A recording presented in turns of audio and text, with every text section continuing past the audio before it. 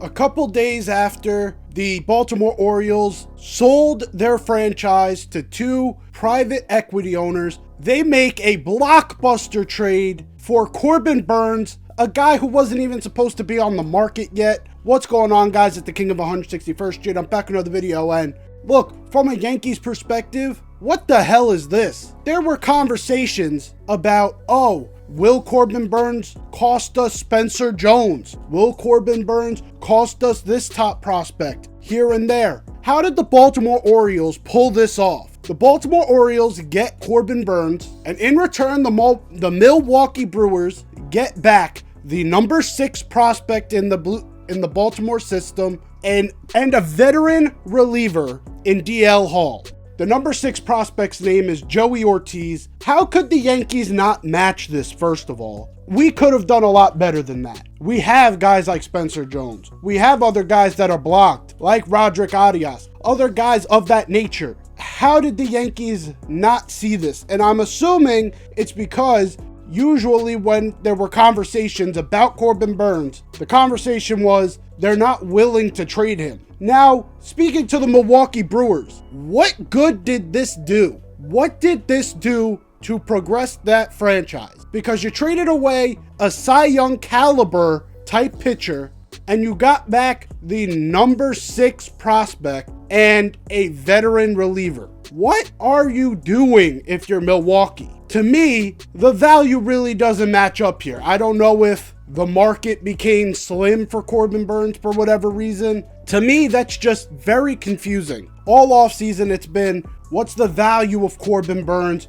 Is Corbin Burnes a guy that could get traded? And this is the package you get? Just a very interesting package to get. But speaking on the Yankees side of things, now the Yankees have to make a move. Because one of the big things this offseason was Baltimore is not cashing in on how good of a season they had last year. They were kind of sitting on their hands saying, yeah, let's just kind of run it back, so to speak. Now they finally made their move. It's time for the Yankees to counter because our rotation at the moment is very thin. I compared our rotation to Baltimore's rotation earlier in January.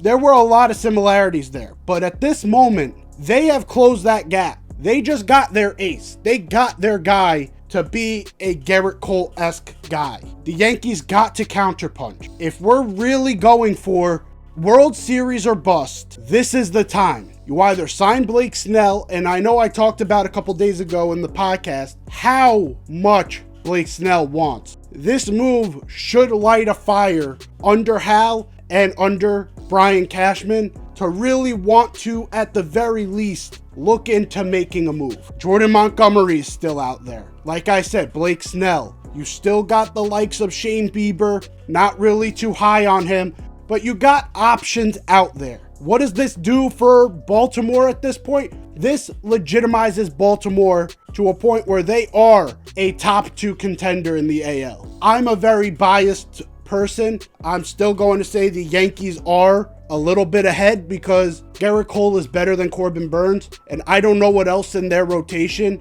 is better than the guys we have in ours. And then offensively, now with the additions of Juan Soto, Alex Verdugo, our offense is going to be a little more consistent. Neither here nor there in this conversation. This conversation should be, what do the Yankees do to assert dominance? Right now, that would probably be going to Jordan Montgomery and saying, look, we have a little bit of a rocky past with us trading you in the middle of 2022, but we can work past that. You don't have a job. We need a pitcher. Let's get this thing done. You can mend that relationship. I don't think that's an irreconcilable relationship. The Yankees have to do something because that's a power move by Baltimore, especially at that price. They did not give up. Yes, they gave up a top 10 prospect, but they only gave up one. They did not empty out their farm system for him. They didn't do any of that. You think the number 6 prospect is a guy they're really going to worry about in the next couple years? No, they have guys like Jackson fucking Holiday. That farm system is elite. They could afford to get rid of one top 10 guy. Our farm system should be of that ilk too. We should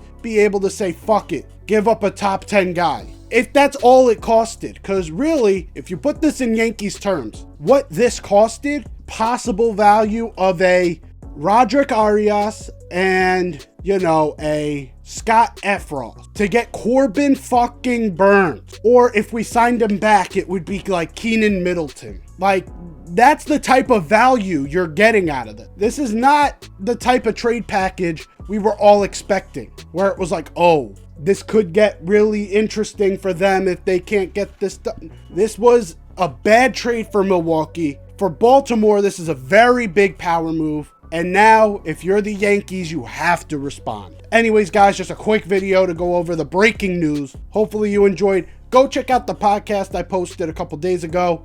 That'll be dropping every week as long as there's news to cover. And I'll see you guys next time. Take care and peace.